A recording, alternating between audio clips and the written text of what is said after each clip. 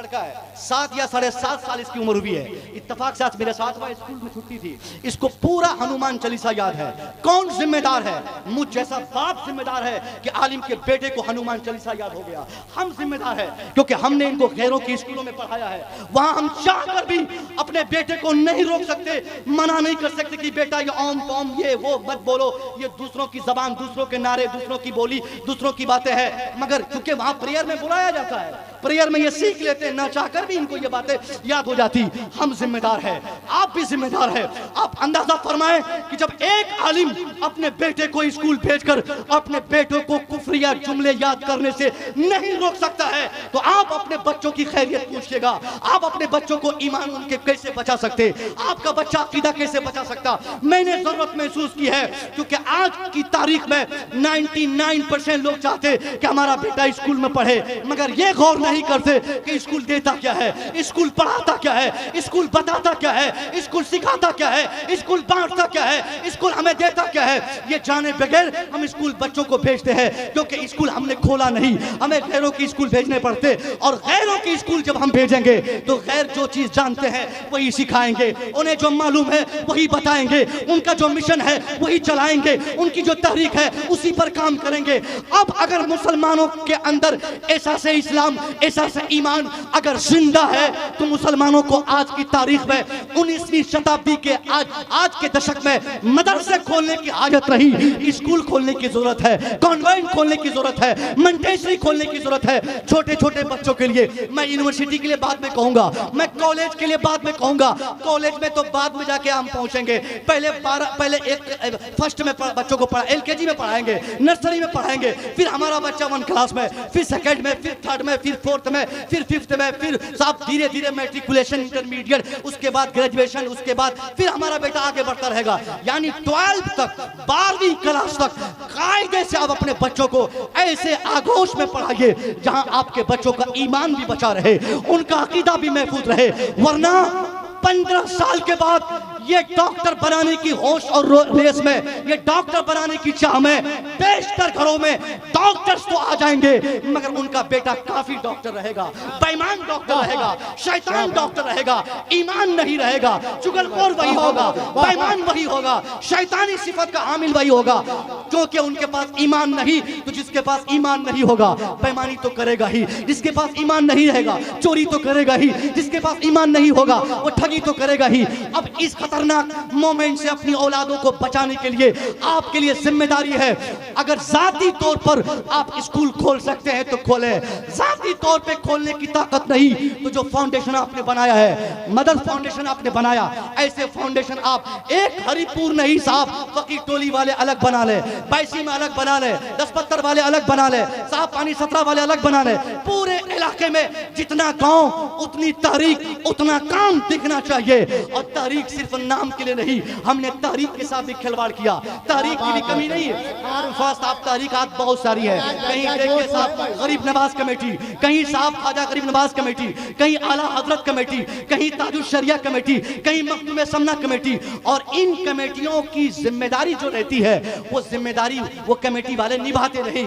हमने कमेटी बनाई, हमारा काम क्या है? ये मदद फाउंडेशन वाले अगर मेरी बात सुन रहे हैं, इनमें से भी बहुत सारे लोगों की जिम्मेदारी सिर्फ इतनी होगी कि साल में एक जलसा कराओ, मुसव्विर को बुलाओ, किसी और खतीब शायर को बुलाओ, जलसा करो, तेरी कमेटी और तेरी ऑर्गेनाइजेशन की जिम्मेदारी खत्म हो गई। बस ऐसी ही तंजीमें हमारे यहाँ बनती है जो तंजीम का कोई मकसद ही नहीं बनाने का, और उन्होंने तंजीम बना ली। कुछ लोग तो इसलिए कमेटियां बनाते ताकि उर्स हम करें, कुछ लोग इसलिए तंजीम बनाते ताकि उर्स के मौके पर गरीब नवाज की बारगाह में बस रिजर्व करके ठूस ठूस के लोगों को बसों में भर भर के हम दिल्ली का सफर, अजमेर का सफर, बगदाद का सफर, ये सब बहानाबाजी करके ठगी करें, उससे कमाई करें। ये ठगी करने वाली कमेटियां बेशुमार है। नाम ताजुल शरिया कमेटी, और काम उस कमेटी का क्या है कि बस से अजमेर ले जाएंगे, बरेली शरीफ ज़ियारत के ले जाएंगे, और पूरे रास्ते में किसी से 1000, किसी से 500, किसी से 2000 ठग के यहाँ गुटखा खाना, वहाँ पानी के नाम पे, वहाँ पान के नाम पे, वहाँ खाने के नाम पे, वहाँ ढाबा के नाम पे, ये रेस्टोरेंट के नाम पे हम ठगी करते करते बरेली तक चले जाए। इसी काम के लिए हमने तंजीम बनाई।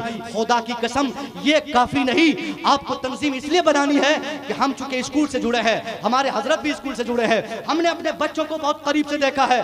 मुसलमानों के ऐसे ऐसे बच्चे 80% नंबर मैट्रिकुलेशन एग्जाम में लाने के बाद इंटर पढ़ने की ताकत उसके पास नहीं, क्योंकि गरीब का बच्चा है, बाप उसका कहीं मजदूरी करता है, मैट्रिक किसी वजह से कर लिया, कहीं से पैसे आए कर लिया। अब मैट्रिक में 80% नंबर लाने के बाद भी इंटर वो नहीं कर सकता, क्योंकि 1100 रुपया इंटर में एडमिशन के लिए उसके पास नहीं है, उसके पास पोशाक के पैसे नहीं है, उसके पास कम्युनिकेशन के खर्चे नहीं है, उनके पास मजीद हॉस्टल के चार्जेस नहीं है। अब वो गरीब आदमी अपने बेटे को बोलेगा चलो छोड़ो बेटा पढ़ाई, जाओ दिल्ली भागो। मैट्रिक में या फर्स्ट डिवीजन 80% यानी एक्सटेंशन मार्क लाने वाला हमारा बेटा अगर मैट्रिक करके छोड़ देगा तो ये तेज तर्रार बेटा मैट्रिक छोड़ने वाला आगे चल के वो मजदूर ही नहीं रहेगा, बल्कि मुमकिन है वो गुंडा बन जाए, मुमकिन है वो चोर बन जाए, मुमकिन है समाज का बहुत बड़ा गद्दार बन जाए। मुमकिन चूंकि तेज है, और तेज आदमी कुछ भी बन सकता है, तेज है तभी तो मैट्रिक में नंबर लाया है। तेज आदमी को चांसेस नहीं मिले, नहीं पढ़ सका, गुर्बत की जिंदगी थी, वो आतंकवाद बन गया, बम बनाने लगा। कोई 10,000 दे दिया, उसका मर्डर करो, वो जाके कर देगा। कोई 15,000 दिया, सुपारी दिया, जाके वहां बदमाशी करो, वो कर देगा। यानी जब हमारा बेटा गुर्बत की जिंदगी से दो चार होगा, उस गुर्बत की मजबूरी उसे आतंकवाद बनाने पर मजबूर कर देगी। समाज का एक जालिम इंसान बनने पे वो कोई देर ना होगी। इसलिए मैं कहना चाहूंगा, आपके पास अगर तंजीम होगी तो उस तंजीम की जिम्मेदारी ये होगी, ऐसे बच्चों को हम मुंतखब करें और चिन्हित करके उनको लाएं और ऐलान करें, खबरदार ये 22 इलाके में ऐलान कर दे, तंजीम के सदर दरवाजे पर इश्तिहार डाल दे कि 2024 के मैट्रिक एग्जामिनेशन में फर्स्ट डिवीजन पास होने वाले जिस मुसलमान के बच्चे को भी आगे की तालीम की चाह होगी, अगर उसका बाप उसे नहीं पढ़ाना चाहेगा, ये तंजीम गरीब नवाज, ये तंजीम मखदूम समना, ये तंजीम आला हजरत, ये तंजीम ताजुल शरिया ऐसे बच्चों की तालीम की सारी जिम्मेदारी निभाएगी। नतीजा तब क्या निकलेगा, आपके पैसों से आपके समाज का अगर एक बच्चा मैट्रिक के बाद इंटर के बाद अगर वो MBBS की डिग्री पाले, अल्लाह की कसम 50 मरतबा अजमेर जाने से ज्यादा बेहतर होगा कि हमारे समाज का एक बच्चा डॉक्टर या इंजीनियर बन जाएगा। जिंदाबाद जिंदाबाद, नारे तकबीर, नारे रिसालत, मसलके आला हजरत, फैजाने आला हजरत, शहीद आजम कॉन्फ्रेंस हजरत अल्लामा मुस्तफा रजा मिसबाही। सबसे ज्यादा हमारी कमी है, हमने अपने समाज को रौंद दिया। सब गरीबों की गुर्बत का एहसास तक में नहीं हुआ। आपकी परेशानी ये नहीं कि साहब ये नदियां, ये कभी महानंदा और कभी ये कौन सी नदी बीच में पड़ती है, कोसी कनकई, पता नहीं नदियों का भरमार है ये बिहार के इस क्षेत्र में। हर नदियां आपको तबाह करती है, मगर इन नदियों से ज्यादा तबाही आप खुद अपनी करते हैं। आपके समाज में जो ये दुर्गति आपकी और हमारी है, इसकी ये वजह सबसे बड़ी ये है कि हमने इंडिविजुअली तालीम पे तवज्जो दे दी। वैसे अगर किसी का बेटा डॉक्टर बन गया तो फूले नहीं समाता कि मेरा बेटा तो डॉक्टर बन गया, हजरत MBBS बन गया। मगर मैं कहूंगा ये डॉक्टर साहब, आपने अपने बच्चे को डॉक्टर बना लिया, यह आपकी कामयाबी की पहचान नहीं। गांव का 5 आदमी अपने बेटे को पढ़ा ले, 10 लोगों के बच्चे पढ़ ले, 90 बच्चे पढ़ ले, गांव के डॉक्टर IAS IPS बन जाए। अगर 10 बच्चे भी जाहिल न जाएंगे, पूरे गांव को सुकून से न रहने के लिए उन्हीं 10 लोगों का जाहिल रहना काफी माना जाएगा। अब उस गांव की कामयाबी तब है कि वो 90 लोगों की तालीम के साथ साथ बचे हुए 10 लोगों की भी तालीम की फिक्र करे, ताकि सब लोग सुकून से अपने घर में आराम करें। आप डॉक्टर बन जाएंगे, जाहिल बच्चे आपको कभी सुकून से रहने नहीं देंगे।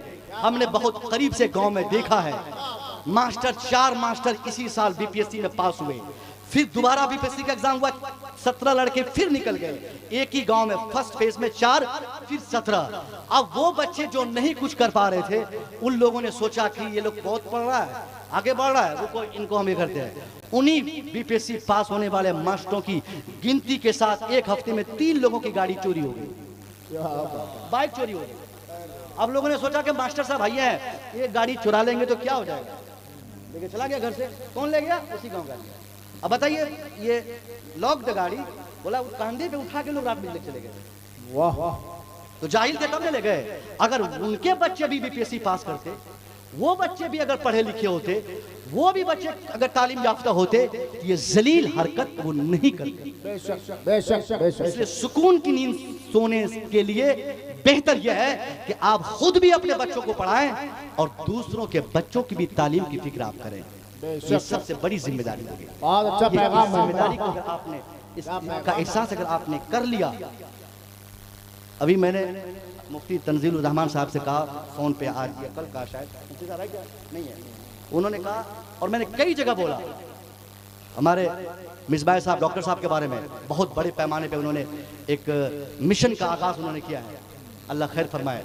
मगर मैंने बहुत स्टडी करने के बाद मैंने कहा था एक बड़े जिम्मेदार आलिम से कि मुमकिन है हजरत को ये सीमांचल वाले इस मिशन में कामयाब होने नहीं देंगे। और मैं इतने बड़े मैं बोल रहा क्योंकि हम सीमांचलों को जलन और हसद हमारे दिल में है। ये कैसे कर रहे हैं ये? हमको किसी ने कहा कि वो सिटी कोई सिटी बना रहे हैं, हम कहे सिटी नहीं, नॉलेज सिटी है। वहीं समझ में आ गया कि जलन पैदा हो गई है। हमने कभी सपोर्ट किसी का किया ही नहीं। हमने ये कभी नहीं देखा कि हमारी जमात में कोई एक साहब आगे बढ़ रहा है, उनकी पुष्ट पनाही हो, क्योंकि इसके पीछे पूरे समाज की फलाह है, पूरे समाज की कामयाबी है। इस गांव, इस आबादी, इस इलाके, इस कौम के लिए ऐसे मिशन स्कूल्स कायम करने की जरूरत है जहां हमारे बच्चे, हमारी बच्चियों की खुसूसी तालीम हो। आखिरी पैगाम और फाइनल पैगाम, इस अब तक तो तालीम की बात थी, मगर एक जरूरी बात मैं कहूंगा, ये तमाम मसाइल से लड़ने का वाहिद रास्ता तालीम नहीं है। तालीम के साथ साथ तरबियत भी बेहद जरूरी है। हम लोगों ने बच्चियों को देखा है, अभी मुजफ्फरनगर उत्तर प्रदेश में, हजरत नकीब साहब, उत्तर प्रदेश मुजफ्फरनगर उत्तर प्रदेश में अभी से एक हफ्ता पहले अगर ये खबर आप लोगों तक पहुंची होगी तो आप लोग जान गए होंगे। अगर नहीं पहुंची होगी तो आप यूट्यूब बाबा से पूछने की कोशिश मत कीजिएगा, क्योंकि आपका जमीर गवारा नहीं करेगा देखने के बाद, रोने से आप खुद को नहीं कंट्रोल कर पाएंगे। मुजफ्फरनगर में क्या वो हादसा पेश आया, 50 लड़कियां पुलिस ने पकड़ के अपनी जेलों में डाला।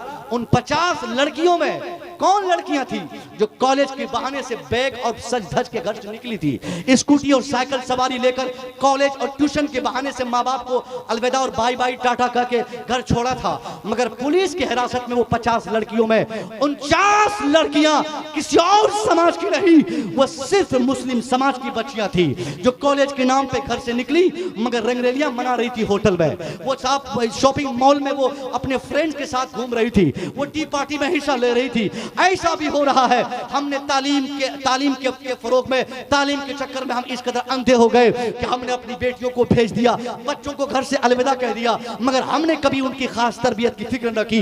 नतीजे में हमारी बेटी या हमारा बेटा आने वाले जमाने में सनद याफ्ता, तालीम याफ्ता बन तो गया, मगर तरबियत की कमी की बुनियाद पर हमारी बेटी हो या बेटा वो बदतमीज के बदतमीज ही रह गए। आपकी जिम्मेदारी यह है, आज की दुनिया में इंटरमीडिएट में खास तौर पर पढ़ने वाली बच्चों के गार्जियंस की जिम्मेदारी है, मैट्रिक और 9th 10th में खास तौर पर पढ़ने वाले बच्चियों की जिम्मेदारी है या उनके माँ बाप की जिम्मेदारी है खास तौर पे कि वो अपनी बच्चियों पर निगरानी वो टाइट करे, उन पर सख्त निगाह दौड़ाए कि उनकी बेटी जाती घर से कब है, वो आती कहां से है, जाती कहां है, ट्यूशन के बहाने से कितना टाइम स्पेंड करती है, कितने पैसे मांगती है और कितना वो स्कूल में देती है, कितना ट्यूशन में देती, वो स्कूटी को चलाकर लेकर कहां जाती, वो साइकिल का इस्तेमाल कहां के लिए करती, वो मोबाइल का इस्तेमाल कहां के लिए करती। ये एक शानदार अक्ल के मालिक जो गार्जियन है, उनकी ये जिम्मेदारी सिर्फ नहीं कि वो अपनी बेटी को मैट्रिक से पहले वो बाइक दे दे, वो स्कूटी खरीद के दे दे, वो साहब मोबाइल लेकर दे दे,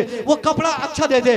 उनकी जिम्मेदारी ये भी है कि वो अपनी बच्ची की निगाहदाश्त करे, उन पर निगरानी करे कि उसकी बेटी जाती है 9 बजे तो आती कब है, और आती है तो कहां से आती है। मास्टर साहब को पूछे, प्रिंसिपल साहब को पूछे, हेड मास्टर को पूछे, मौलवी साहब से पूछे, ट्यूटर मास्टर से पूछे कि आज मेरी बेटी गई थी, वाकई वो स्कूल गई थी या नहीं, कॉलेज गई थी नहीं। अगर आपने नहीं पूछा तो 1-2 साल के अंदर अंदर मैट्रिक इंटर करने से पहले आपकी बेटी आजादाना माहौल की इस तरह मालिका बन जाएगी कि इंटर करने के बाद वो अपना दूल्हा खुद खोज कर आपको लाके दिखा के बोलेगी, अब्बा यही मेरे सपनों का शहजादा, इसी से मैं शादी करूंगी। वो जात नहीं देखेगी, वो बिरादरी नहीं देखेगी, वो मजहब नहीं देखेगी, वो रंग नहीं देखेगी, वो खानदान नहीं देखेगी, क्योंकि उनको तो मालूम है आजादी क्या चीज है। आजादाना माहौल में आपने अपनी बच्चों की परवरिश की, अब उसी का नतीजा आपको झेलना पड़ेगा। फिर तावीज लेने से कोई फायदा नहीं होगा, रोने चिल्लाने से कोई फायदा नहीं होगा। आपकी बेटी हो या बेटा मर्जी की शादी करेंगे, फिर मजहब को त्याग देकर जहां चाहेंगे चले जाएंगे। उस वक्त पूरे समाज की नाक कटाने की सारी जिम्मेदारी बच्चे और बच्चों के साथ साथ एक हमारे और आपकी तरह गार्जियन की भी होगी। बहुत बड़ी बड़ी बातें हम लोग करते हैं। हजरत हमको अपने बेटे को ये पढ़ाना है, वो बनाना है, ये बनाना है, बेटी को वो बनाना है। साहब कौन रोकता आपको पढ़ाने से? इस्लाम तो पढ़ाने की तलकीन करने वाले दुनिया के तमाम मज़ाहिब में सबसे फर्स्ट ऐसा मजहब है जिसने सबसे ज़्यादा बरांगेख्ता किया अपने मानने वालों को तालीम के लिए। तालीम के कोई मैदान ऐसे नहीं है जिसकी तरगीब हमारे मजहब ने नहीं दिलाई हो, मगर इसके साथ साथ तरबियत की एक अहम तरीन जिम्मेदारी, जिससे आप बिल्कुल बेगरबती का इजहार कर रहे हैं, इसको आपको जिम्मेदारी से इसे महसूस करना होगा और अपने बच्चों और बच्चों की हर एक्टिविटी पर आपको निगाह दौड़ानी होगी कि बच्चा कर क्या रहा है, वो बच्चा कह क्या रहा है, बच्चे जा कहाँ रहे हैं, बेटी बोल क्या रही है। वरना ये आजादी का ऐसा गलत कॉन्सेप्ट आपके समाज के बच्चे और बच्चों के ज़हन दिमाग पे बस जाएगा, वो जहां चाहेगा जाएगा, आप उसे नहीं रोक पाएंगे। वो संविधान का हवाला देगा, बोलेगा अब्बा ये हमको हक हमारे संविधान ने दिया है, या ऑथराइज्ड हमें हमारा कानून ने किया है।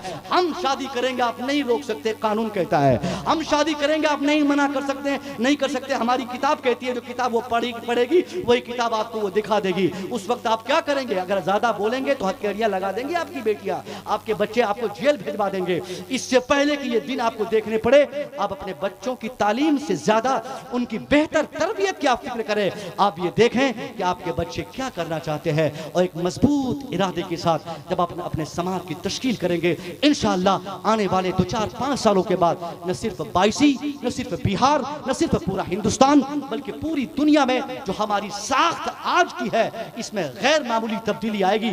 फिर पूरी दुनिया को यह एहसास हो जाएगा कि पूरी दुनिया को अगर कोई हिला सकता है तो सिर्फ अहले ईमान हिला सकता है, अगर कोई बचा सकता है तो साहिब ईमान बचा सकता है। एक साधन बनाकर रख दिया जिसके नतीजे में बेशुमार पैसे और जलसे खर्च करने के बाद भी आज भी मुस्लिम माशरे में जब हम नजर दौड़ाए, वो कौन सी तबाहकारी, वो कौन सी बीमारी, वो कौन सी खराबी, वो कौन सी बुराई ऐसी नहीं जो दुनिया की किसी दूसरी कौमों में हम देखते थे, वो आज मुस्लिम समाज में नहीं है। किसी जमाने में दूसरों की बच्चियों को देखकर हम कहते थे कि अगर इसके सर पे दुपट्टा नहीं है तो ये मुसलमान की बेटी नहीं है, ये बेहया है इसका मतलब ये मुस्लिम नहीं है, ये बदतमीज है इसका मतलब ये मुस्लिम नहीं है। मतलब हमारी सोच ये हो चुकी थी कि अब उस सोच को हमने इस तरीके से आज बदल दिया है, और वो सारी चीजें हमारे माशरे में आज खुद हम मुलाजा कर रहे हैं। हमारे लोग जहां भी हो बदतमीजी वही रहती, जहां हम हो बीमारी वही रहती, जहां हम पाए जाते जहालत वही रहती। नतीजा क्या निकला साहब? 1000 जलसा कराने के बाद भी आज भी सबसे ज्यादा पूरे हिंदुस्तान में ये सीमांचल पसमानदा माना जाता। आखिर ताज्जुब की बात है, जलसे का मामला यह है साहब कि जलसा कौम को बेदार करता है। तो जिस सीमांचल में, जिस बायसी में, जिस पूर्णिया में सबसे ज्यादा जलसे होते हैं, यहाँ एक घर ऐसा ना होता जहां पे कोई एक बेटा जाहिल होता। यहाँ कहीं भी दूर दूर तक बुराई, बेहयाई और बदतमीजी नजर नहीं आती। इसका मतलब हमने जलसों की खिदमत को घरों से निकाल दिया। जलसे हमने किए मगर आलिम की बातों पर कोई असर हमारे समाज में नहीं। हमने अपने समाज को पीछे ढकेल दिया। नतीजे में आज पूरी दुनिया में सबसे ज्यादा परेशान कौम हम है, सबसे ज्यादा परेशानी में हम मुब्तला है, सबसे ज्यादा जिल्लतों रुसवाई से हम कनार है। दुनिया सबसे ज्यादा हमें टारगेट कर रही है, और इस टारगेट के पीछे ये मतलब नहीं कि वो लोग हमारी दुश्मनी चाहते, बल्कि इसका मतलब सिर्फ ये है कि हम कमजोर हो गए। और इस कमजोरी की हालत में मुसलमान बौखलाहट में भरा अपने पूरे समाज में अपने दुश्मनों को सामने टारगेट बनाकर कहता है कि हमारी ये हालत ये फलाने दुश्मन की वजह से, हमारी ये तबाही ये फलाने नेता की वजह से, हमारी बर्बादी फलाने साहब की वजह से। मैं आपसे कहना चाहूंगा, नहीं साहब नहीं, आज जो आपकी हालत है, इस हालत के पीछे कोई जिम्मेदार नहीं, कोई रिस्पॉन्सिबल नहीं होगा। योगी मोदी बात का जिम्मेदार होगा, कोई नेता बात का रिस्पॉन्सिबल। सबसे बड़ा जिम्मेदार आपकी यह हालत का आप खुद है, सबसे बड़ा रिस्पॉन्सिबल आप खुद है। आपने अपने समाज को जाहिल छोड़ा, आपने अपने समाज को बेहया किया, हमने अपने समाज को गंवा दिया, हमने अपने समाज को गंवारों के समाज में तब्दील करने में कोई कमी नहीं छोड़ी, जिसके नतीजे में आज पूरी दुनिया में सबसे ज्यादा कमजोरी हमारे मुआशरे में, सबसे ज्यादा दिक्कत हमारे मुआशरे में, सबसे ज्यादा परेशानी हमारे मुआशरे में। हमारी परेशानी की वजह यही है कि हमारे बच्चों में वो ताकत रही जो ताकत दुश्मनों के पास है, हमारे पास वो कुव्वत रही जो कुव्वत दुश्मनों के पास है। जो कुव्वत दुश्मनों ने हासिल की है वो ताकत तो कुव्वत हमारे पास नहीं। ये कहना बड़ा आसान है साहब कि फलाना जीतता कैसे है, फलाने की हुकूमत कैसे होती, फलाना कैसे बार बार जीत लेता। हम तो दुआएं करते कि अल्लाह उसे हरा दे, वो फतह ना करे, वो मैदान न फतह करे, वो हार जाए। बावजूद इसके न पीर साहब की दुआ हमारे हक में कबूल होती, न साहब किसी मजार पे जाके हम किसी दुश्मन के लिए दुआ करते, न हमारी दुआ मजार शरीफ पे कबूल होती। आखिर मामला क्या है? लगातार पैदर पे दुश्मनों की कामयाबी का मतलब क्या है? दुश्मन अगर आपके दुश्मन कामयाब हो रहे हैं तो इसका मतलब ये नहीं कि दुश्मन मजबूत हो गए, इसका मतलब ये नहीं कि दुश्मन ने कामयाबी के लिए कोई हरबा अपनाया है। बस उनका हरबा जो है, उन्हीं हरबों पे हमारा अमल नहीं, वो ऐसे ही कामयाब नहीं है। ऐसे नहीं कि बिस्तर बिछाकर वो साहब वोट ले लिए सबसे और वो कामयाब हो गए। इस कामयाबी के पीछे हमने 25 नहीं 50 साल की तारीख इस भारत की पढ़ी है। 50 साल की तारीख ये भारत की बताती, जिसके पास आज हुकूमत है, जो आज सबसे बड़ी हुकूमत की कुर्सी पर गामजन है, उन्होंने ये कुर्सी आसानी से नहीं पाई, ये आसानी से ये हुकूमत उनको नहीं मिली। ये 50 साल की कुर्बानी है जो उनको मिली है, 50 साल की खिदमत है जो उन्होंने पाई है। ये खिदमत क्या है? उन्होंने पूरब से पश्चिम तक अपने समाज को पहले जोड़ा, अपने समाज को पहले मुत्तहिद किया, एक नजरिया दिया, एक ख्याल पूरे समाज में हर नौजवान के ज़हन और दिमाग पे डाल दिया। नौजवान उसका कश्मीर में रहने वाला, उनका वही मैनिफेस्टो जो मैनिफेस्टो साहब पूरब के हिंदुस्तान में रहने वाले नौजवानों का है। पूरे हिंदुस्तान में पूरब से पश्चिम, उत्तर से दक्षिण, उनसे आप पूछिए कि तेरे जीने का मकसद क्या है, जवाब एक ही आएगा। अब उनसे पूछिए तुम क्यों जीना चाहते हो, जवाब वो वही देगा जो पश्चिम वाला देगा, पूरब वाले का वही जवाब होगा। हमें सोचना चाहिए कि वो समाज जो आज से 50 साल तक मुत्तहिद नहीं था, जहां एक नहीं अनेकों खुदाओं को माना जाता, सिर्फ खुदाओं के मामलात में साहब अगर उनकी आजमाइश करे तो कोई लूहे को खुदा मानता, कोई बंदर को खुदा मानता, कोई सूरज को खुदा मानता, कोई जमीन को खुदा मानता, कोई पत्थर को खुदा मानता, कोई जानवर को खुदा मानता। आज तो ये हो गई कि पखाना और पेशाब जानवर के थे, उनको भी उनकी पूजा करने वाले लोगों की यह हालत है कि आज वो पूरी दुनिया की सबसे मजबूत पार्टी का वो मालिक बना है, सबसे मजबूत हुकूमत उनके पास। ये हुकूमत आई कैसे, ये मजाज आया कैसे, ये ताकत आई कैसे, ये पावर आया कहां से? ये पावर का जब राज जानेंगे पता चलेगा कि करोड़ों खुदाओं के मानने वालों ने अपने पूरे समाज को पहले मुत्तहिद किया, एक नजरिया दिया, इत्तेहाद और यूनिटी का पैगाम दिया, और मुत्तहिद होने के बाद एक मजाज पूरे समाज में देकर उसके बाद तब 14 से लेकर 15, 15 के बाद 16, 16 के बाद 17, 17 के बाद 18, 18 के बाद 19, 20, ये 24 आ गया साहब। अभी तक नहीं। हमारी सोच ये कहती है अगर हम ऐसे ही पड़े रहे और वो उतना ही एक्टिव रहे, आने वाले 50 साल तक हम चीखते मर जाएंगे, मगर हमारी कोई कुव्वत, कोई फिक्र, कोई हरबा काम नहीं आएगा। वो दुश्मन ताकतवर होते जाएंगे क्योंकि वो मुत्तहिद है, वो तालीम याफ्ता है, वो होशियार है, वो अक्लमंद है, वो हुनरमंद है। उन्होंने वक्त को सही से परखा, उन्होंने हालात समझा, हालात के तनाजुर में हजारों खुदाओं को मानने के बाद भी एक प्लेटफॉर्म पे नजर आ गए। मगर अफसोस का मकाम है कि हम एक अल्लाह को मानने वाले, एक अल्लाह की इबादत करने वाले, एक अल्लाह का कलमा पढ़ने वाले आज 50 हिस्सों में बटे हैं, कहीं बिरादरी के नाम पे, कहीं जबान के नाम पे, कहीं जात के नाम पे, कहीं इलाके के नाम पे। हाथ तो ये हो गई साहब, कहीं पीर के नाम पे, कहीं खानका के नाम पे, कहीं मस्जिद के नाम पे, कहीं मदरसे के नाम पे हमने अपने इस्लाम को न सिर्फ हिंदुस्तान में बल्कि पूरी दुनिया में ये 21वीं शताब्दी में हमने बांट दिया है। और ख्वाब देख रहे हैं कि हमें तरक्की मिल जाए, हमें हुकूमत मिल जाए, हमें ताकत मिल जाए। नहीं मिल सकती। मैं आपसे पूछना चाहता हूं, यहाँ कोई रशीदी है, कोई रज़वी है, कोई अशरफी है, और मैं जानता हूं इसी जमीन का लड़का हूं, मैं जानता हूं कि हमारे ज़हन और दिमाग में भूसा भर दिया गया। हमने ये सीख लिया कि जो रशीदी है वो रज़वी नहीं है, जो रज़वी है वो अशरफी नहीं, जो अशरफी है वो कादरी नहीं, जो कादरी है वो बरकती नहीं। यही तो झगड़े की बुनियाद बन गई ये बातें। नतीजे में हमने रशीदी को दुश्मन समझा, रशीदी ने हमें अपना दुश्मन समझा, अशरफी ने बरकती को दुश्मन समझा, बरकती ने रज़वी को दुश्मन समझा, रज़वी ने बरकती को अपना मुखालिफ समझा। और यही इख्तलाफ हमें न सिर्फ बायसी में, हमें न सिर्फ पूर्णिया में, हमें न सिर्फ बिहार में, हमें न सिर्फ भारत में बल्कि पूरी दुनिया में घुटना टेकने पर मजबूर कर दिया। हम उसका इस्लाम बाद में चेक करते, हम उनका पीर का नाम पहले जानकर उन्हें अपना या बेगाना समझकर हम फैसला कर देते, ये पार्टी हमारी नहीं, ये आदमी हमारा नहीं, ये मौलवी हमारा नहीं, ये जमात हमारी नहीं।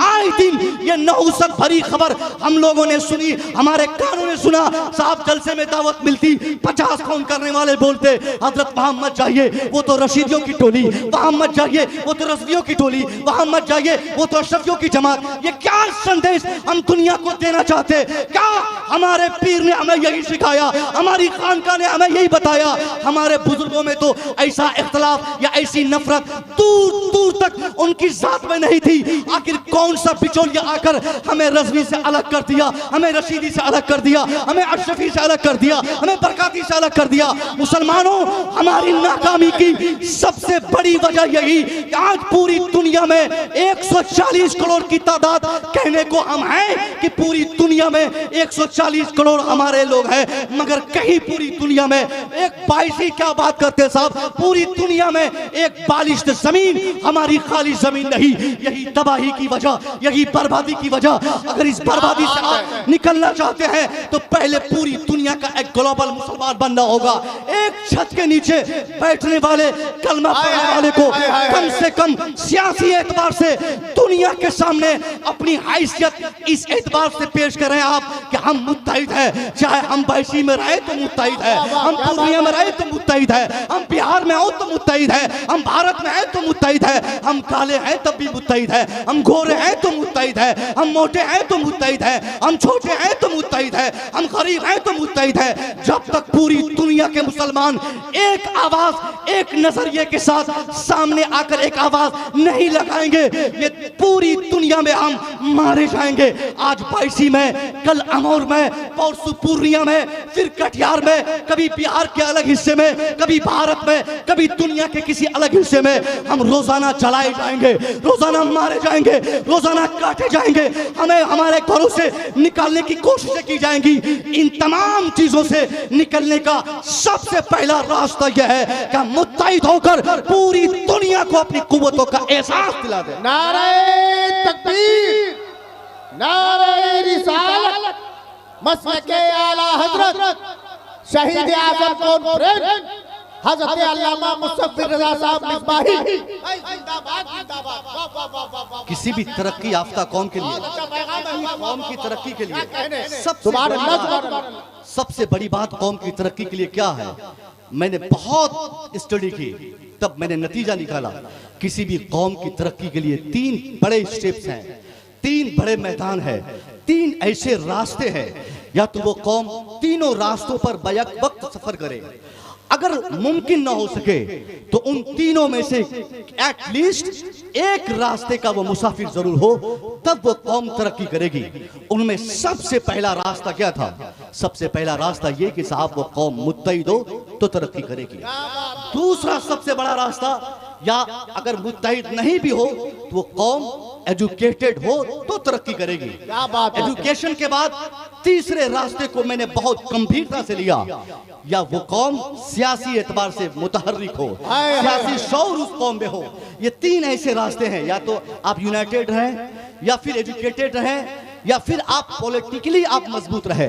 इन तीनों में अगर आप कामयाब हैं तो सबसे ज्यादा तरक्की आपकी होगी। और अगर तीनों में से किसी एक मैदान में भी आपने कामयाबी पाई, फिर भी आप तरक्की याफ्ता माने जाओगे। मैं आपका दामन पकड़ के पूछूंगा, इन तरक्की के तीनों मनाजिल में से कौन सा मंजिल है जो आपने फतह की? कौन सा रास्ता है जो आपने इख्तियार किया चलने को? कौन सा मैदान है जिसके आप गाजी व फातेह हैं? कोई मैदान आप बताइए। इत्तेहाद के मैदान में तो आप पिछड़ गए साहब। अब बताइए एजुकेशन की अगर मैं बात करूं तो एजुकेशन के मामले में सबसे ज्यादा गिरावट अगर किसी कौम में देखी गई तो वो सिर्फ मुस्लिम कौम है। ये बीते 100 सालों में मुसलमानों ने जो तालीम और ताल्लुम से अपना रिश्ता तोड़ा, जो बेरगबती का इजहार एजुकेशनल अपने समाज में जो मुसलमानों ने किया, मुसलमानों की कमजोरी की एक वजह यह भी है कि मुसलमानों में एजुकेशन दूसरे अक़वाम के मुकाबले में बहुत कम है। दलित समाज जिसको हमने समझा था, उस समाज से भी कमजोर हम एजुकेशन में। हमने जिसे पिछड़ा कहा था, पिछड़ों से भी पिछड़े हम है तालीम में। हमने जिसे नहुसत भरी आंखों से कभी देखा था, हमारा समाज कभी देखा था, वो लोग आज तरक्की कर गए। हमारा जिला मगर बेटा उनका एसपी बनकर हमारे जिले। हमारे बच्चे ट्रेनों में सफर करते कलकत्ता के लिए, हमारे बच्चे दिल्ली जाते, हमारे बच्चे बेंगलोर जाते। हिंदुस्तान भर में मजदूरी करने वाले हमारे बच्चे मिलेंगे, मुसलमान के बच्चे मिलेंगे जिसकी उम्र अभी 18 साल, किसी की 22 साल, किसी की 25 साल। अब ऐसे गार्जियन को मैं कहना चाहूंगा जिन्होंने अपने बच्चों को 22 साल में, 18 साल में, 25 साल में मैट्रिक के बाद, इंटर के बाद उनकी तालीम ड्रॉप करके उनको अमरपाली पकड़ाया, उनको साफ सीमांचल ट्रेन का टिकट बनाकर उनको भेज दिया दिल्ली कमाने के लिए। अब अगर वो बाप चाहेगा कि उसका बेटा तरक्की करे, नहीं हो सकता। वो समाज चाहेगा कि वो समाज तरक्की करे, नहीं हो सकता। मैं ये नहीं कहूंगा कि आप अपने बेटों को कमाने मत भेजिए, भेजिए साहब, 5 साल के बाद भेजना है, 10 साल के बाद भेजना है, क्या जरूरी है? अभी तो आपका बेटा मैट्रिक पास किया, उसको उससे इंटर करवाइए, इंटर में अच्छा नंबर से पास हो जाए, उससे नीट एग्जाम की तैयारी करवाइए और एक शानदार डॉक्टर उसे बनाइए, उसको समाज का शानदार डॉक्टर बनाइए, उसको एक शानदार इंजीनियर बनाइए, उसको IAS और IPS बनाइए। वो सारी क्वालिटी आपके बच्चों में मौजूद है। आपका बेटा मुंबई और दिल्ली की 20-20 मंजिला इमारत तैयार कर देते, वहां पर जाकर सरिया फैक्ट्री में काम करने वाले आप ही के बच्चे, ईंट से ईंट जोड़कर बड़ी बड़ी इमारत तैयार करने वाले आपके बेटे, जिन्होंने मैट्रिक किया नहीं, 5 मंजिला नहीं 25 मंजिला इमारत दिल्ली में बना दी। अगर उन बच्चों के पीछे दिमाग लगाया जाएगा, मैं दावे से कह सकता हूं 15 साल नहीं 10 साल के बाद वही बच्चा मजदूर नहीं रहेगा, बल्कि दिल्ली में जाकर वो इंजीनियर बनकर काम करेगा। क्या बात है, सुभान अल्लाह, क्या पैगाम है। हुनर की कमी नहीं, जिंदाबाद जिंदाबाद। अक्लमंदी की कमी नहीं, हुनर की कमी नहीं, सिर्फ अपॉर्चुनिटी की कमी है। उसको चांसेस नहीं मिलते, तालीम नहीं मिल पाती। मैं आज कतई नहीं कहूंगा कि आपने अपने बेटे को आलिम क्यों नहीं बनाया, और ये भी नहीं कहूंगा कि आप अपने बेटे को आलिम बनाइए, क्योंकि मैं जानता हूं कि आप अपने बेटे को आलिम बनाना नहीं चाहिएगा, क्योंकि आज का समाज आलिमों का समाज नहीं रहा, आलिमों से नफरत करने का समाज है। आपके दिमाग में लोगों ने जहर खोल दिया है, आपको लोगों ने बता दिया है कि आलिम बनाओगे बच्चों को फंस जाओगे, बेटा तेरा आलिम बनेगा जल्दी शादी नहीं होगी। कोई होशियार आदमी अपना दामाद तेरे आलिम बेटे को बनाना नहीं चाहेगा। हमारे सामने कई ऐसे केसेस हैं, ऐसे आलिम जिनकी इज्जत बेंगलोर के सेठ जिनके लिए खड़े हो जाते, मगर ये 22 का वो फकीर सेठ, वो फकीर चंद सेठ बोलता है कि ये मौलवी साहब क्या कमाता क्या खाता है। अब इस वजह से लोग अपने बेटे को आलिम नहीं बनाते कि आलिम बनाएंगे 10,000 रुपया महीना मेरा दामाद कमाएगा तो फिर मेरी बेटी की परवरिश कैसे करेगा, मेरे नवासों की परवरिश कैसे होगी। इस सोच में लोगों ने फैसला कर लिया है कि आलिम नहीं बनाना है। चलो मैं मान गया, आपने आलिम बनने बनाने को घाटे का सौदा समझा, तो कुछ हद तक मैं अगर मान भी जाऊं कि आलिम आप नहीं भी बनाते अपने बेटे को, तो आपसे कोई शिकायत नहीं कि आपने अपने बेटे को आलिम क्यों नहीं बनाया, जबकि बनाना था आपको, लेकिन आपने नहीं बनाया, कोई शिकायत नहीं, कोई कंप्लेंट नहीं। कोई आपसे गिला नहीं, मगर एक बहुत बड़ी शिकायत, आपका दामन पकड़ के मुसव्विर रज़ा हमेशा पूछता आया है और हमेशा पूछता रहेगा। वो लोग अपने कानों के दोनों दरवाजे खोल लें और दिमाग की गलाजत साफ करके मेरे ये सवालात अपने ज़हन और दिमाग पे वो बिठा लें कि अगर उन्होंने अपने बेटे को आलिम नहीं बनाया कोई बात नहीं, क्योंकि आलिम बनाने को उन्होंने घाटे का सौदा समझा था, तो ये बताएं जरा वो लोग कि उन्होंने अपने बेटे को डॉक्टर क्यों नहीं बनाया, अपने बेटे को इंजीनियर क्यों नहीं बनाया, उनके बेटे मास्टर क्यों नहीं बने, उनके बेटे आईएएस क्यों नहीं बने, उनके बेटे आईपीएस क्यों नहीं बने, उनके बेटे प्रोफेसर क्यों नहीं बने। पता क्या चला, एक तो आपके बेटे आलिम न बन सके, आपके बेटे हाफिज न बन सके, आपके बेटे मुफ्ती नहीं बन सके, और आपके बेटे दुनियावी तालीमात लेकर भी कोई काम नहीं कर सके। कोरा जाहिल आपने अपने समाज को बनाकर पूरे समाज की आपने नाक कटा दी। बायसी वालों, पूर्णिया वालों, मुसलमानों, आपकी तनुज़ुली और आपकी ये बेकसी की वजह सबसे बड़ी ईमान और अकीदे की कमजोरी के बाद यही वजह है कि आप में एजुकेशन नहीं, आप में तालीम नहीं, आपने अपने मुस्तफ़ा के पैगामात को फरामोश किया, आपने अपने प्यारे नबी के पैगामात को फरामोश किया। क्या आपने अपने उलमा से नहीं सुना?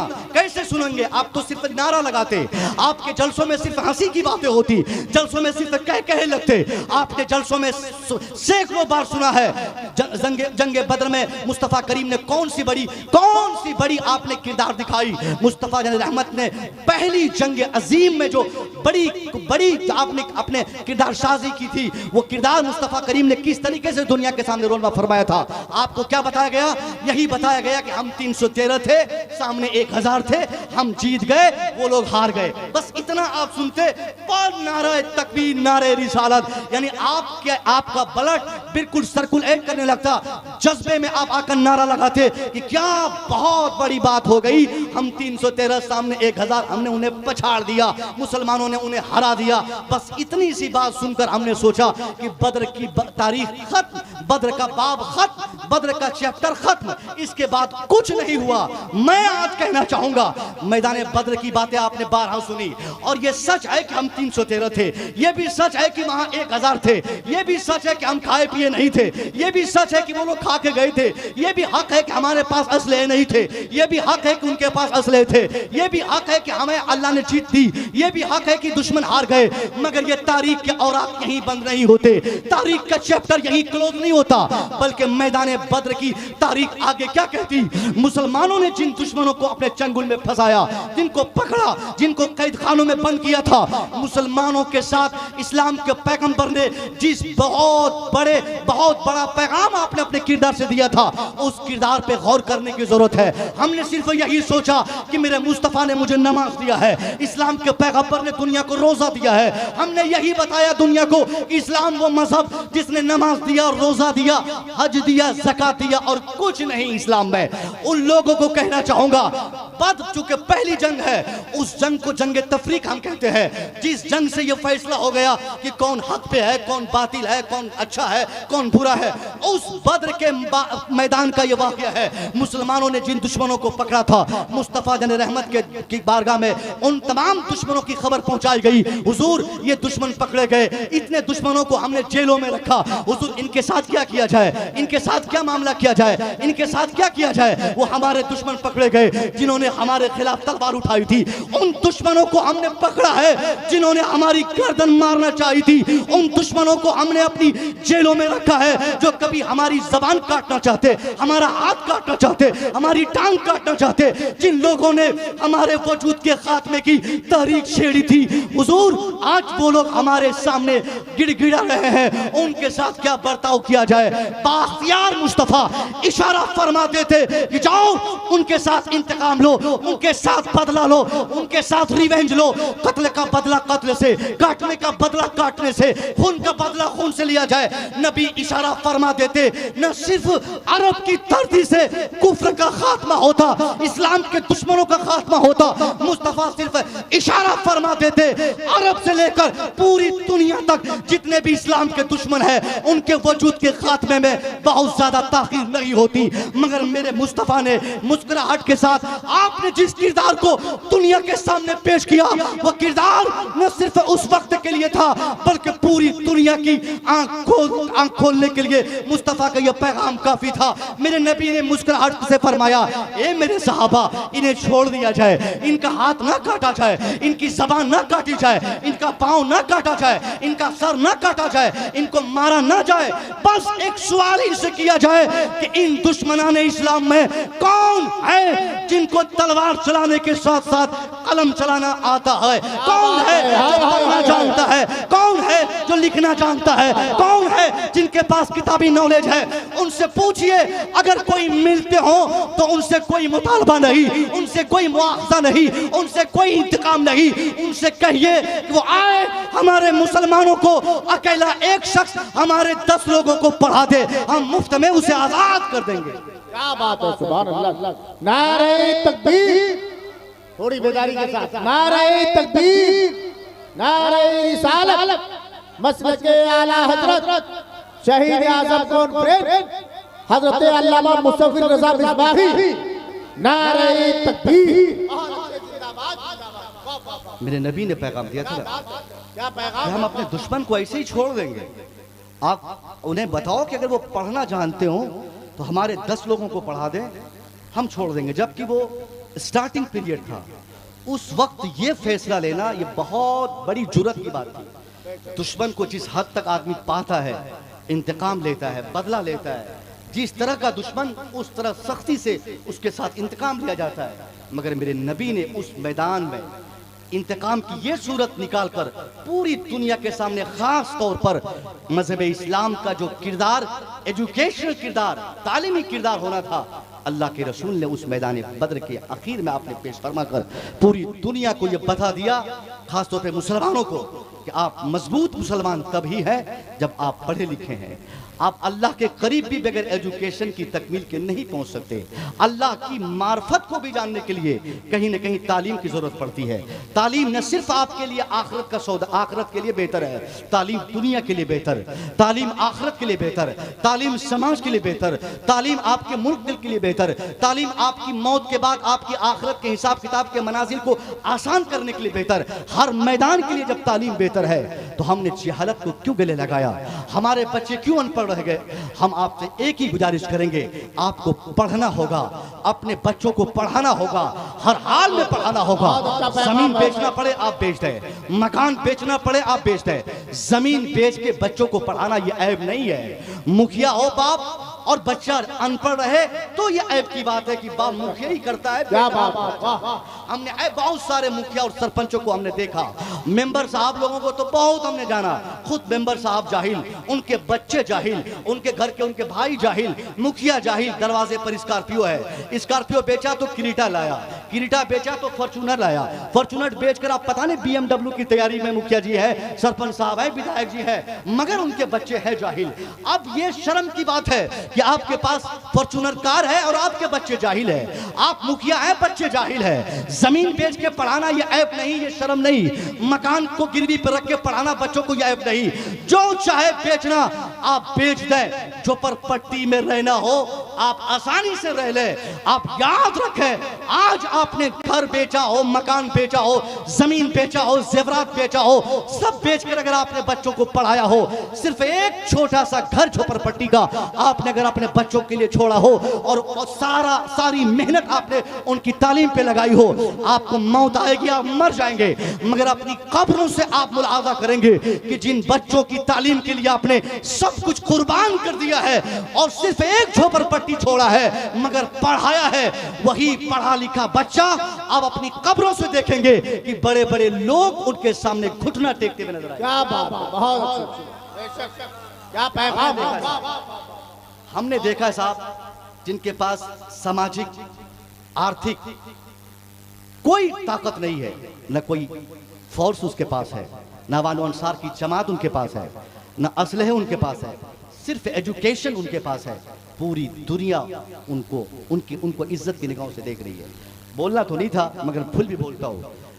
भीमराव अंबेडकर को आप जानते हैं, मिस्टर भीमराव अंबेडकर मैं कहता हूँ, मिस्टर इज्जत के लिए मैं कहता हूँ, इस हैसियत से इज्जत कि वो पढ़ा लिखा व्यक्ति है। यहाँ भी मैं शर्त लगा दूँ क्योंकि बहुत जिम्मेदार उलमा बैठे हैं, फिर कल बवाल होगा, फिर मोबाइल पे आ जाएगा कि जल्दी करो जल्दी करो जल्दी करो। ये तालीमी इज्जत, चूँकि एजुकेशन इंसान को, तालीम जो है हमेशा इज्जत दिलाती है। आप एक बार घर बनाएंगे, कोई घर देखने आएंगे बोलेंगे शानदार डेंटिंग पेंटिंग मकान बहुत शानदार। घर आपका एक बार इज्जत दिलाएगा। आप शहर में ज़मीन लेंगे, एक बार वो ज़मीन इज्जत दिलाएगी। कपड़ा जिस वक्त आप पहनेंगे उस वक्त वो कपड़ा आपको इज्जत दिलाएगा।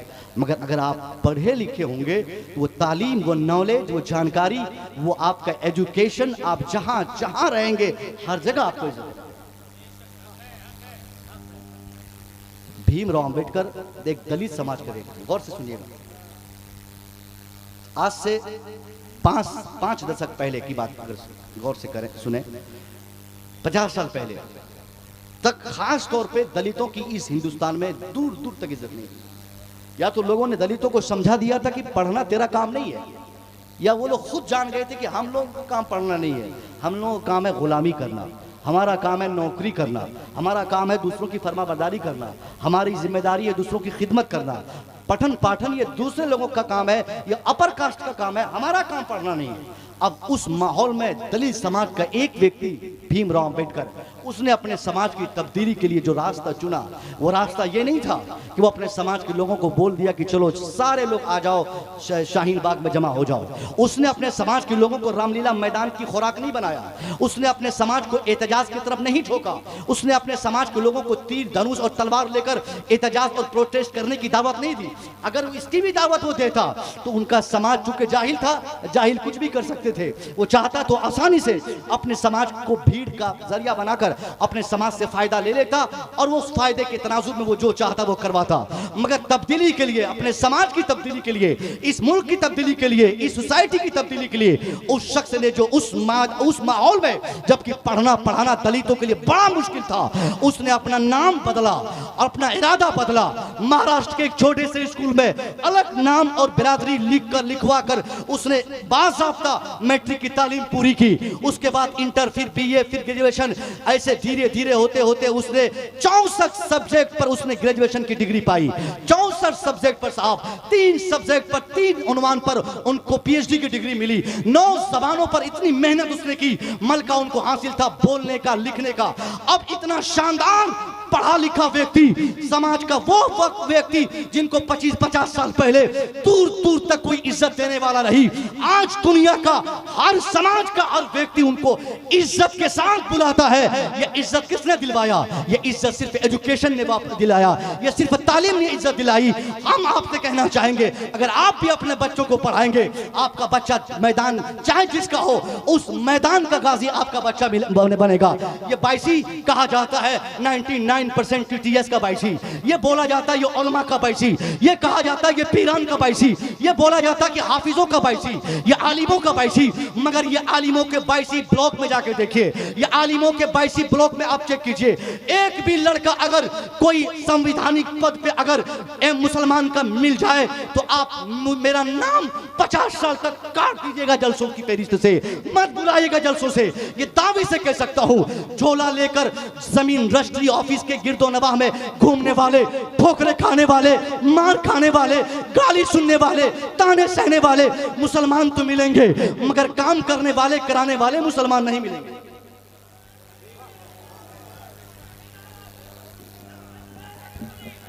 नारे तकबीर, नारे रिसालत, मसलके आला हजरत हजरत अल्लामा मुफ्ती सुल्तान रजा साहब सिवानी, जनाबे अजमत रजा भागलपुरी।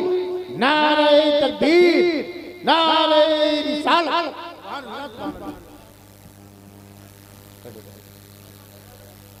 जिनका आपको शिद्दत से इंतजार था, हजरत अल्लामा मुफ्ती सुल्तान रजा साहब सिवानी और साथ ही साथ शायर इस्लाम जनाबे मोहतरम अजमत भागलपुरी, ये लोग आपके रूबरू हो चुके हैं।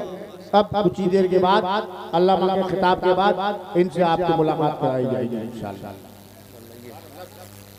हमारी जमात के एक ज़िम्मेदार आलिम दीन, हमारे बड़े मोहतरम मुशफ़िक बड़े भाई हज़रत अल्लामा मुफ्ती सुल्तान रज़ा साहब क़िबला सीवानी, जो बहुत मसरूफ़ तरीन ख़तीब है, बड़े शफ़ीक भी है हमारे लिए, हम छोटों के लिए कह लीजिए, हर जगह बड़ी मेहरबानियाँ इनकी रहती हैं। ये तशरीफ़ फरमा हो गए और एक आइडियल शायर इस वक्त हिंदुस्तान का सबसे ज़्यादा वायरल शायर, ना तो मनक़बत के हवाले से अपनी पहचान बनाकर इस हैसियत से अज़मत भागलपुरी ने अपनी पहचान हिंदुस्तान में बनाई है कि हम मुस्तफ़ा की शनाख़ानी करते हैं और हद में रहकर उलमा के साथ रहकर सामीन और आवाम से मिल के, वरना इस हिंदुस्तान में इसके रिसालत की बातें तो बहुत सारे लोग आकर, ढोंगी लोग भी इसी स्टेज पे करते हैं कि हम इसके रसूल में नात पढ़ते हैं, मगर उनकी ज़िंदगी में दूर दूर तक मुस्तफ़ा की मोहब्बत हम जब चेक करते हैं तो नहीं देख पाते। मगर इसी ऐसे ही माहौल में एक बहुत बेहतरीन खिलकत और आदत और क्या बोलते हैं साहब, नेचर का बहुत शरीफ नफ्स इंसान जिसे कहते हैं, कह सकते हैं, उन्हीं शायरों में से एक शायर है अज़मत भागलपुरी साहब। वो तशरीफ़ फरमा है, जहाँ देखिए अज़मत साहब को बुलाना है, जहाँ देखिए अज़मत साहब को बुलाना है। हमारे साले हैं, उन्होंने तो हमें तंग कर दिया कि हम उनको देखना चाहते हैं। उन्होंने हमको बार बार फ़ोटो दिखा दिखा के कहा, इनको आप पहचानते हैं, इनको इनसे मिलाइए एक मरतबा। मैंने कहा मुझे नहीं मालूम, वो ज़िद पे अड़ गया। आज वो आने वाला था मगर बहुत दूर था बेचारा, नहीं आ सका। फिर अगली तारीख 8 तारीख को कहीं मेरे साथ अज़मत साहब रहेंगे, वहाँ पर वो ज़रूर देखना चाहेगा। यानी इस ज़माने में नौजवानों को हिंदुस्तान भर में अगर किसी शायर का शिद्दत से इंतजार रहता है, उसी शायर का नाम अज़मत भागलपुरी है। वो तशरीफ़ फरमा है। बड़े अच्छे अच्छे लोगों को आप लोगों ने बुलाया है, इस कमेटी वालों का जवाब नहीं साहब। इन्होंने इस मैदान, इस माहौल में, जबकि 5-5 महीने की तारीख बुक रहती है, एडवांस बुक रहती है मुफ्ती साहब की, अज़मत साहब की, मगर ऐसे शोरा और खुतबा को आपने मदू कर लिया है। इंशाअल्लाह मेरी गुफ्तगू बस अब 2-4-10 मिनट की रह गई है। मैं अपनी बातों को मुख्तसर करके, हाँ मैं इनको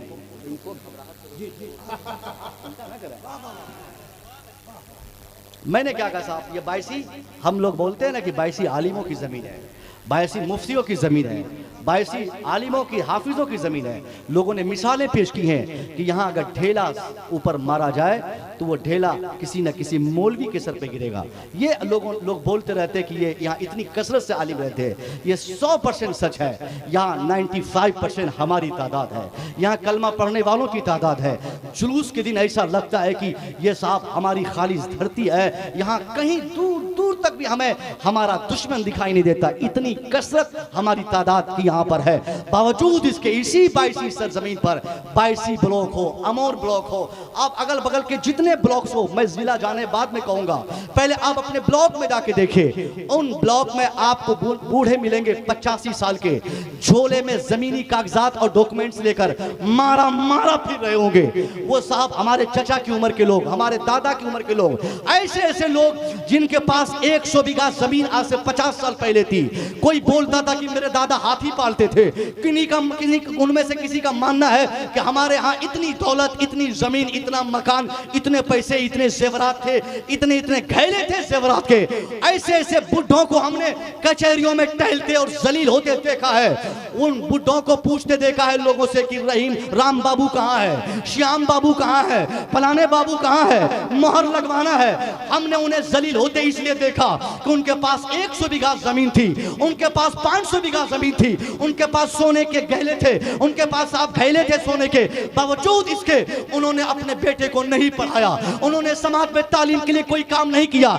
इसलिए आज वो मोहन को तलाश रहा है, इसलिए आज वो सोहन को तलाश रहा है, इसलिए आज उनका काम नहीं होता।